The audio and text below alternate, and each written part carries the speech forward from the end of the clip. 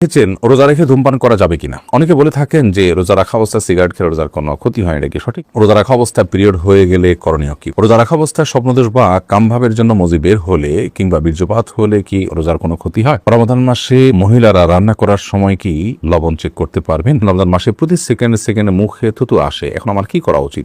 রমজানের রোজা রাখলে শুধু 1 বছরের গুনাহ মাফ হবে নাকি জীবনের পেছনের সকল গুনাহ মাফ হবে? মহিলাদেরও কি মিসওয়াক করতে হবে? মহিলাগণও কি মিসওয়াক করলে হাদিস বর্ণিত সওয়াব পাবেন? রমজান মাসে ওষুধের মাধ্যমে মাসিক বন্ধ রেখে কি রোজা রাখা যাবে? ইনসুলিন বা ইনজেকশন নিলে কি রোজা ভেঙে যায়?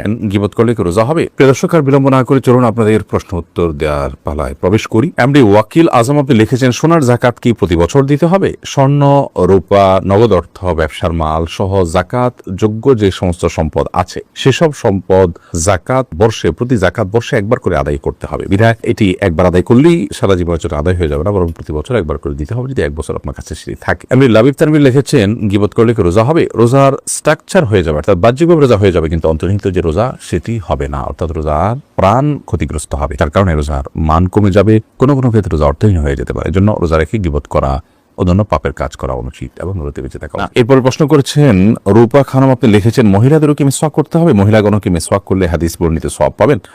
এর উত্তর হলো, মহিলাগণ মিসওয়াক করতে পারবেন, বরং করা উচিত। নবী করিম সাল্লাল্লাহু আলাইহি সাল্লামের যে সমস্ত নির্দেশনা পুরুষদের জন্য বিশেষভাবে নয়, পুরুষদেরকে নির্দিষ্ট করে তিনি বলেননি, সেটা নারী পুরুষ সকলের জন্য প্রযোজ্য। মিসওয়াকের ক্ষেত্রে নবী আলাইহিস সালামের যে হাদিসগুলো সেগুলোকে আমরা ঘাটলে দেখি, সেই হাদিসগুলোতে তিনি নারী বা পুরুষকে আলাদা করে মেনশন করে বলেননি যেটা অমুকদের জন্য প্রযোজ্য, বরং তিনি সাধারণভাবে বলেছে বিধায় নারী পুরুষ সকলের জন্য প্রযোজ্য।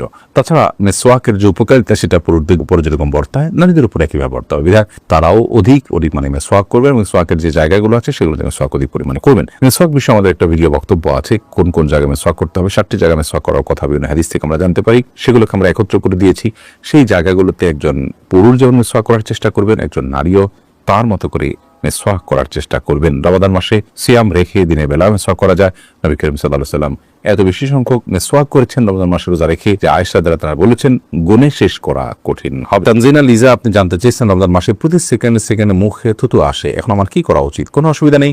অনেকের খালি পেটে থাকলে থুতু আরো বেশি আসে, আবার ওই থুতুর কথা মনে যত বেশি করবেন তত বেশি আরো থুতু এসছে এটি আপনি জানতে পারবেন, আপনাকে অনেক বেশি পেরেশান করবে। এটি আপনি মাথায় নেওয়ার দরকার নেই। থুতু গিললে রোজার কোনো ক্ষতি হয় না, তবে থুতুকে একসাথে করে ইচ্ছাকৃতভাবে গেলার বদভ্যাস বা বাজে অভ্যাস যদি কারো থাকে সেটা মাকরু হবে, তাতেও রোজা ভঙ্গ হবে না, বিধায় এটা নিয়ে অরিড হওয়ার কোনো কারণ নেই। এর পরের প্রশ্ন হলো, রমাদান মাসে মহিলারা রান্না করার সময় কি লবণ চেক করতে পারবেন?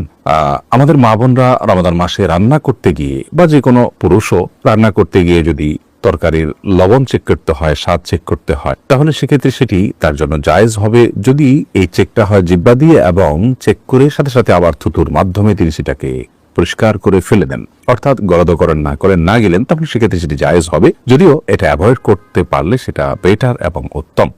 যদি কারোর সন্দেহ হয় যে রান্নাটা ঠিক মতো হলো কি হলো না, মানুষ খেতে পারবে কি পারবে না, লবণ হলো কি হলো না, কম বা বেশি হলো কিনা, তাহলে সেক্ষেত্রে তিনি পরখ করতে পারবেন, তবে জিহ্বার আগায় নিয়ে সেটাকে আবার খুব ভালোভাবে থুতুর সাথে ফেলে দেওয়ার চেষ্টা তাকে করতে হবে, তিনি ফেলে দিতে হবে। এর মাধ্যমে ইনশাআল্লাহ তাআলা তার এই চেক করাটা জায়েজ হবে। তবে যাদের মোটামুটি অনুমান হয়ে গেছে, আন্দাজ হয়ে গেছে, খুব একটা প্রয়োজন হয় না, তারা এটা অ্যাভয়েড করতে পারলে অবশ্যই বেটার এবং ভালো। মাজিদুর রহমান, আপনি লিখেছেন, ইনসুলিন বা ইনজেকশন নিলে কি রোজা ভেঙে যায়? ইনসুলিন বা ইনজেকশন নিলে রোজা ভঙ্গ হয় না, বিশেষ করে যে ইনজেকশন আমাদের চামড়ার নিচে বা সামান্য মাংসপেশিতে যায়, যেটা আমাদের পাকস্থলিতে যায় না, খাদ্যের কাজ দেয় না, পানীয়ের কাজ দেয় না, খাদ্য বা পানীয়ের সাথে সাদৃশ্য হয় না, সেরকম ইনজেকশন যেটা শুধুমাত্র আপনার চামড়ার নিচে ইনজেক্ট করা হয় কিংবা আপনার মাংসপেশিতে ইনজেক্ট করা হয় এবং সেটাতে আপনার মেডিসিন থাকে সামান্য পরিমাণে, বা যেখানেই হোক ইনজেক্ট করা হয় সেটা পাকস্থলিতে অন্তত যায় না। তো এই ইনজেকশন এবং আপনার ইনসুলিন এগুলোর কারণে রোজা ভঙ্গ হবে না, এটাই বিশুদ্ধতর মত এবং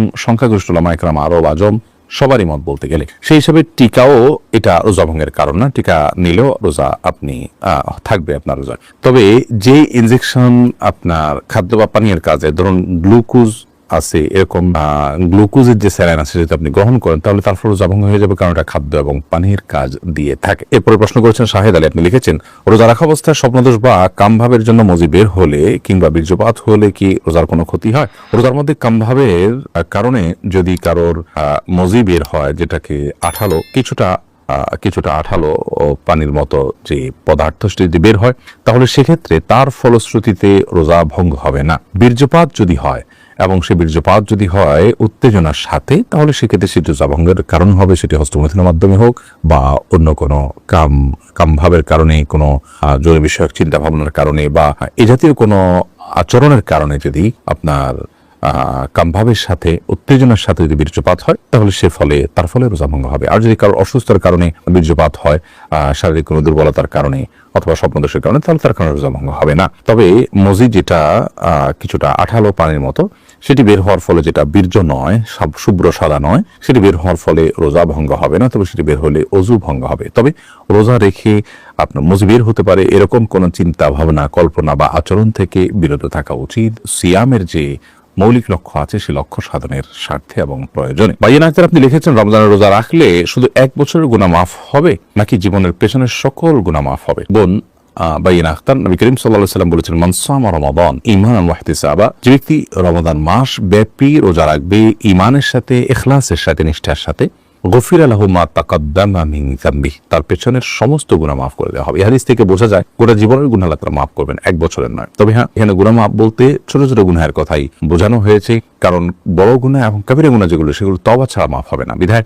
সিয়াম যদি রাখার পাশাপাশি আপনি তওবায়ে নাসুহা করতে পারেন, সিয়ামের যে বার্তা সেটা যদি আপনি ক্যাচ করতে পারেন, টেক করতে পারেন, ধরতে পারেন, সেটা ধরে যদি আপনি পেছনের সমস্ত কৃতকর্মের জন্য লজ্জিত হয়ে আল্লাহর কাছে ক্ষমা প্রার্থনা করে ভবিষ্যতে এ সমস্ত পাপাচারে লিপ্ত হবেন না মর্মে সংকল্প করেন, তাহলে এটি তাওবা হয়ে গেল। এরকম ভাবে যদি আপনি সিয়াম পালন করতে পারেন, তাহলে সগীরা কবিরা সব গুনাহ মাফ হবে ইনশাআল্লাহ তাআলা। তানজিনা আপনি লিখেছেন, রোজা রাখা অবস্থায় পিরিয়ড হয়ে গেলে করণীয় কি? পিরিয়ড যদি হয়ে যায়, তাহলে ওই দিনের যে সিয়ামটা আছে, ওই সিয়ামটা আপনাকে পরবর্তীতে রমজানের পর রেখে দিতে হবে। আর পিরিয়ড হয়ে গেছে, এখন আপনি অন্য রোজাদার সামনে আপনি খাদ্য গ্রহণ ইত্যাদি থেকে বঞ্চিত থাকবেন এবং ওইভাবে পার করবেন। মাইশা ইসলাম আপনি লিখেছেন, রমজান মাসে ওষুধের মাধ্যমে মাসিক বন্ধ রেখে কি রোজা রাখা যাবে? এটা অনেক বোনের জিজ্ঞাসা। রমজান মাসে মাসিক বন্ধ করার জন্য ঔষধ সেবন করে যদি কেউ রোজা রাখেন, তাহলে সেক্ষেত্রে সেটি তার জন্য জায়েজ হবে। শর্ত হলো সে ওষুধের মাধ্যমে কোনো বড় ধরনের শারীরিক ক্ষতির মুখোমুখি হওয়া বা কোন প্রকার সাইড এফেক্টের আশঙ্কা না থাকতে হবে। যদি ওষুধ সেবন করার মাধ্যমে বড় কোনো ক্ষতি না হয়, তাহলে সেক্ষেত্রে এটি গ্রহণ করে আপনি মাসিক বন্ধ রেখে সিয়াম পালন করতে পারবেন, কোনো অসুবিধা নেই। যদিও উত্তম হয় স্বাভাবিক অবস্থার উপরে ছেড়ে দেয়া, কারণ আল্লাহ রাব্বুল আলামিন যে অবস্থা রেখেছেন সে অবস্থার উপরে থাকতে পারলে বেটার। তবে হ্যাঁ, অনেকে আছে রমজানের পরে রোজাগুলো রাখাটা তাদের জন্য চ্যালেঞ্জিং হয়ে যায়, কঠিন হয়ে যায়, তাহলে সেক্ষেত্রে তারা ওষুধ সেবন করে এই রোজাগুলো রাখতে পারে, রমজান রোজাগুলো রাখতে পারবেন, কোনো অসুবিধা নেই। শুধু হলো সাইড এফেক্ট এর মাধ্যমে বড় কোনো ক্ষতির মুখোমুখি হওয়ার আশঙ্কা না থাকতে হবে, কারণ মানুষ নিজেকে ক্ষতির মধ্যে ফেলে দিবে এরকম কোনো কাজ ইবাদত করার জন্য করার নির্দেশনা ইসলাম আমাদেরকে দেয় না। আল্লাহ রাব্বুল আলামিন মাসিকের কারণে আপনাকে রোজা রাখার তৌফিক দেননি, কিন্তু আপনার মধ্যে আক্ষেপ আছে, আপনার মধ্যে আগ্রহ আছে যে আমি যদি মাসিক না হতো তাহলে রোজা রাখতাম। তো এই যে একটা আপনার আকুতি, এই যে আপনার আকুলতা, এটার কারণে আল্লাহ তাআলা রোজা না রাখতে পারার পরও আপনাকে আল্লাহ রাব্বুল আলামিন রোজা রাখার যে সওয়াব সেটি দান করবেন। কারণ হাদিসে আছে, নবী করিম সাল্লাল্লাহু আলাইহি ওয়াসাল্লাম বলেছেন, কোনো ব্যক্তি যদি অসুস্থ হয়ে পড়ে, শারীরিকভাবে অনুপযুক্ত হয়ে পড়ে কোনো ইবাদত করার, অথচ তার যখন শারীরিক সক্ষমতা ছিল তিনি সেই ইবাদতটি করতেন, ত্রুটি বিচ্ছুতি করতেন না, তিনি সেটি করতেন এবং এখনো সুস্থ থাকলে তিনি করতেন, তাহলে সেক্ষেত্রে তিনি এই ইবাদতটি সুস্থ অবস্থায় করলে যে পরিমাণ সওয়াব পেতেন, অসুস্থ অবস্থায় সেই ইবাদতটি করতে না পারার কারণে তার যে বেদনা, তার যে আকুতি, তার যে আকুলতা এবং তিনি যে সুস্থ থাকলে রাখতেন, সেই বিবেচনায় আল্লাহ তাআলা তাকে ইবাদত করার সওয়াব দিবেন। বিধায় মা বোনরা এক্ষেত্রে আলাদা কোনো কসরত না করলেও ইনশাআল্লাহ বিইذনিল্লাহ আল্লাহ তাআলার কাছ থেকে তারা আজর পাবেন, যদিও এই রোজাগুলো তাদেরকে আবার রেখে দিতে হবে। অতএব ওষুধ সেবন করে মাসিক বন্ধ রেখে রোজা রাখতে পারবেন, ওই শর্ত সাপেক্ষে যে সাইড এফেক্ট থাকবে না।